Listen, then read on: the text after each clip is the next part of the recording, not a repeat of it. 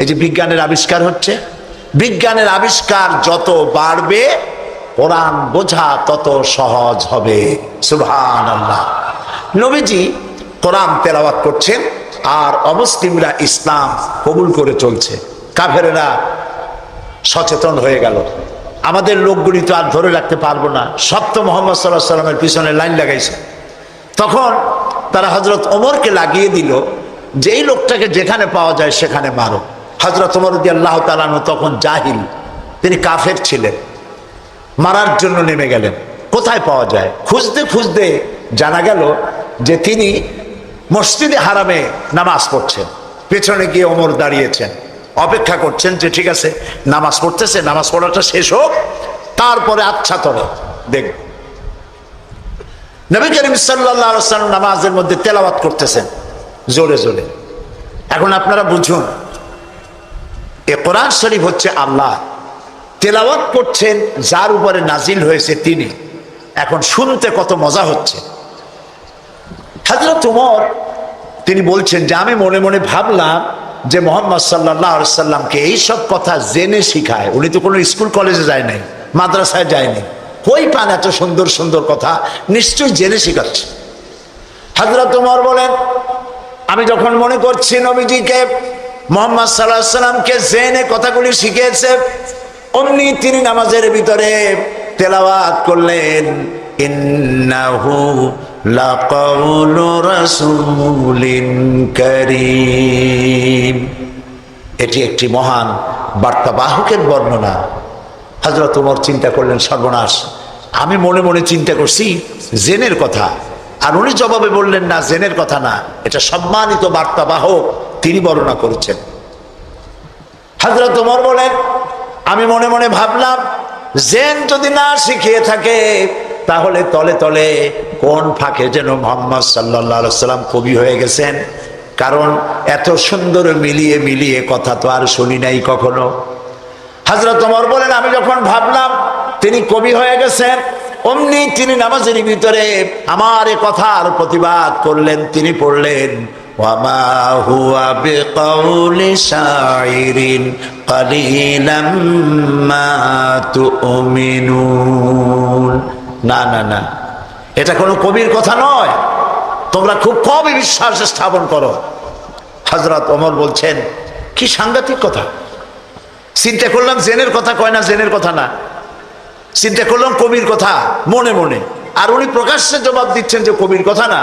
তাহলে তো শুধু কবি, উনি কবি হন নাই, উনি গণকও হয়েছে, তা না হলে আমার মনের কথা বোঝে কেমনে?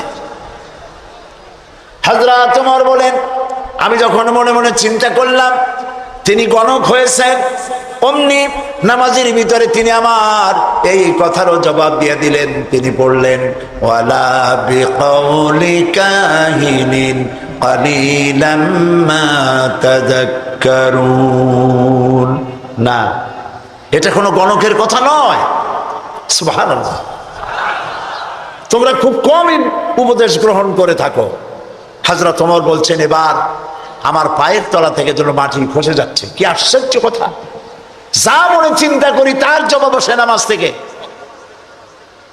এটা জেনের কথা না, এটা কবির কথা না, এটা গণকের কথা না, তবে এটা কি? বিরাট এক জিজ্ঞাসাবোধক চিহ্ন আমার সামনে ঘুরপাক খাচ্ছে, তবে এটা কি? হযরত ওমর বলেন আমি যখনই চিন্তা করলাম তবে এটা কি, অমনি রাসূল নামাজের ভিতরে আমার সে কথার জবাব দিয়ে দিলেন। তিনি পড়লেন তানজিলুম মির রাব্বিল আলামিন। এটি হচ্ছে আল্লাহ রাব্বুল আলামিনের নাজিলকৃত কিতাব। হযরত ওমর বলছেন আমার মনে হচ্ছিল যেন ইসলাম তার সব শক্তি নিয়ে তার শেকড় শুদ্ধ আমার কলিজার মধ্যে গেড়ে বসতেছে। কোরআন এক বৈপ্লবিক পরিবর্তন এনেছিল তদানীন্তন সমাজের মধ্যে। যারা চোর ছিল, ডাকাত ছিল, রাসূলুল্লাহ মেসমেরিজম করেন নাই, জাতিকে হিপনোটাইজ করেননি। গোটা জাতি চোর, ডাকাত, জেনাকার, বদমাশ, সন্ত্রাসী, সুদখোর, গোটা জাতির মধ্যে একটি বিরাট পরিবর্তন এসে গেল। যারা ছিল চোর, যারা ছিল ডাকাত, তারা মানুষের সম্পদের পাহারাদার হয়ে গেল। সুবহানাল্লাহ বলবেন না? যারা নারীর সতীত্বের জম ছিল তারা নারীর সতীত্বের সংরক্ষণকারী হয়ে গেল। যারা যারা সুদভিত্তিক অর্থনীতি দিয়ে গোটা সমাজের সম্পদকে কক্ষিগত করেছিল, তারা কোরআনের সংস্পর্শে এসে সারা জীবনের সঞ্চিত সব সম্পদ অবারিত মুক্ত হস্তে গরিব জনসাধারণের জন্য দুহাতে বিলায় দিতে লাগলো। এই যে বিরাট পরিবর্তন আসলো, সেই পরিবর্তন আনার পেছনে কাজ করেছে যে কিতাবখানা, সেই কিতাবের নাম কোরআন। বলেন জোরে, কোরআন। এই কোরআন শরীফকে আল্লাহ তাআলা হেফাজত করার দায়িত্ব নিয়েছেন। বেদ বলেন, বাইবেল বলেন, সমস্ত ধর্মীয় পুস্তকগুলি উল্টাপাল্টা হয়ে গিয়েছে, কোনোটার অরিজিনালিটি নাই। আপনি চ্যালেঞ্জ করতে পারেন বুক ফুলাইয়া, বর্তমান বিশ্বে খ্রিস্টানদের কাছে যে বাইবেল আছে, লুক, যোহন, মার্ক, মথি, scripture, new testament, old testament বলতে যা কিছু বুঝায়, ওদের কাছে আল্লাহর কিতাব বলে তারা যে দাবি করে, চ্যালেঞ্জ হয়েছে বর্তমান যুগে খ্রিস্টানদের কাছে যে বাইবেল আছে এর মধ্যে একটি ওয়ার্ডও আল্লাহর নয়, সব তাদের বানানো। এই চ্যালেঞ্জের মোকাবেলা খ্রিস্টান জগৎ করতে পারে নাই, কিন্তু কোরআন শরীফ সম্পর্কে এই কথা কেউ বলতে পারবে না যে একটি অক্ষরও মানুষের তৈরি করা। সুবহানাল্লাহ। এটিকে হেফাজত করেছেন কে? আল্লাহ রাব্বুল আলামিন বলেন, ইন্না নাহনু নাযালনা যিকরা ওয়া ইন্না লাহু লাহাফিজুন। কোরআন নাজিল করেছি আমি, আর সংরক্ষণের দায়িত্ব আমি আল্লাহ আমার নিজ হাতে গ্রহণ করেছি। সুবহানাল্লাহ।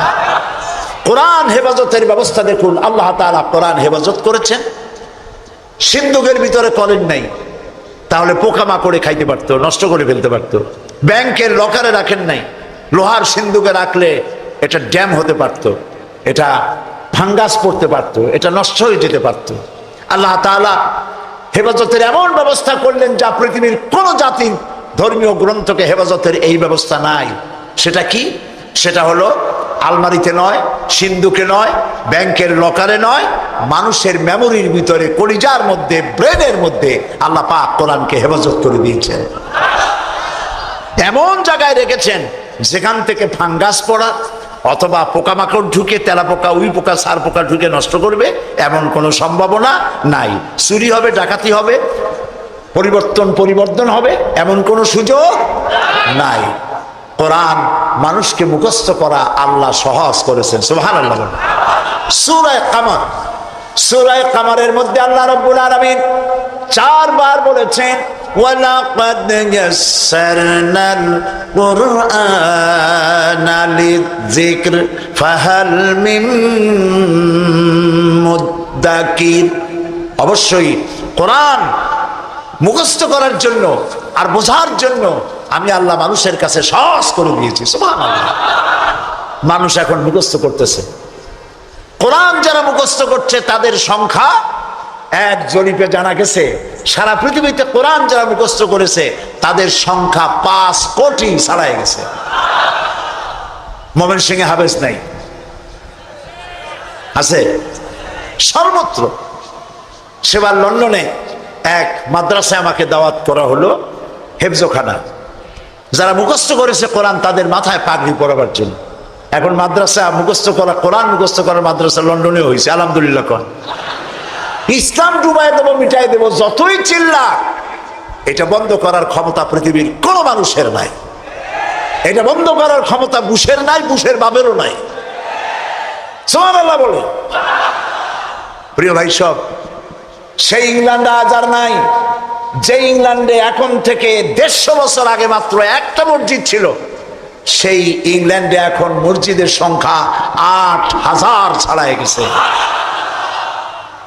কেমনে বন্ধ করবা ইসলাম? ফেরাউন যত চেষ্টা করছে মুসারে আসতে দেবে না। আল্লাহ মুসা আলাইহিস সালাম নিয়ে ফেরাউনের ঘরেই লালন পালন করছে, ঠিক কিনা? তো সেই মাদ্রাসার ছাত্রদেরকে মাথায় পাগড়ি পড়াতে পড়াতে 10-12 দিন ছেলে, ছোট্ট একটা ছেলে আসছে এতটুকু স্যার। আমি জিজ্ঞেস করলাম এ কি? আমি মনে করছি সে বোধহয় আন্দাজে আসছে পাগড়ি নেওয়ার জন্য। তাই বললাম এ কি? বলে যে এর মাথায় তো পাগড়ি দিবেন কেন? কয় যত হাফেজ। আশ্চর্য, কত বয়স কত? কয় 7-7.5 বছর হবে। সুবহানাল্লাহ। আমার চোখে পানি এসে গেল। আমার কাছে মনে হলো যেন আল্লাহ তাআলা প্রশান্ত মহাসাগরকে একটা ঝিনুকের মধ্যে আল্লাহ তাআলা ঢুকাই দিয়েছেন। কোরআনের হেফাজতের মালিক কে? আরো জোরে বলুন। তিনি হেফাজতের দায়িত্ব নিয়েছেন। এখন এই কোরআন থেকে আমি কিছু কথা আলোচনা করতে চাই স্বল্প সময়ের মধ্যে। আলোচনা করব সেই জায়গা দিয়ে যেই জায়গাটির দিকে আলোচনা করলে পরে আমাদের আকীদা দুরস্ত হয়ে যাবে। আল্লাহ তো সংখ্যা বেশি চান না, আল্লাহ চান কোয়ালিটি। কোয়ান্টিটির প্রয়োজন না, কোয়ালিটির প্রয়োজন। 313 জন মুসলমান দিয়ে যা হয়েছে, আজকে পৃথিবীতে 150 কোটি মুসলমান দিয়ে তা হচ্ছে না। ঠিক কিনা বলেন? সত্য কিনা? এমন সময় তো ছিল যখন মুসলমানেরা একটা খেজুর ছিঁড়ে ছিঁড়ে 8-10 জন দাঁতে লাগায় চাবাইছে। এক গ্লাস পানি অনেকজন মানুষের ঠোঁট ভিজিয়ে তারপরে লড়াই করেছেন। এরপরে গোটা পৃথিবীর অর্ধেকটা পৃথিবী মুসলমানদের পায়ের উপরে চুমো খেয়েছে। আজ মুসলমানের সংখ্যা বেড়েছে কিন্তু কোয়ালিটি বাড়ে নাই। কোয়ালিটি বাড়াবার জন্য ফাউন্ডেশন হচ্ছে তাওহীদ, তাওহীদে বিশ্বাস, শিরক থেকে বাঁচা আর তাওহীদে বিশ্বাস স্থাপন করা। এই আকীদা যদি মজবুত না হয় তাহলে আমাদের সংখ্যা যতই বাড়ুক, কাফের এবং দুশ্মনদের সামনে আমরা হেয় প্রতিপন্ন, লাঞ্ছিত হতে বাধ্য হব। সেই জন্য আমি আপনাদের সামনে একটি জায়গা থেকে আলোচনা করতে চাই।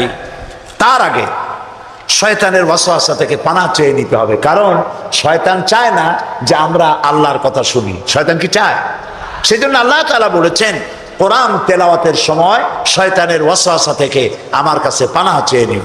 আপনারা সবাই আমার সাথে পড়ে, বিতাড়িত মরদুদ শয়তানের ওয়াসওয়াসা থেকে পানাহ চাই পরম করুণাময় আল্লাহর নামে। শুরু করছি সূরা লুকমান, দ্বিতীয় রুকু।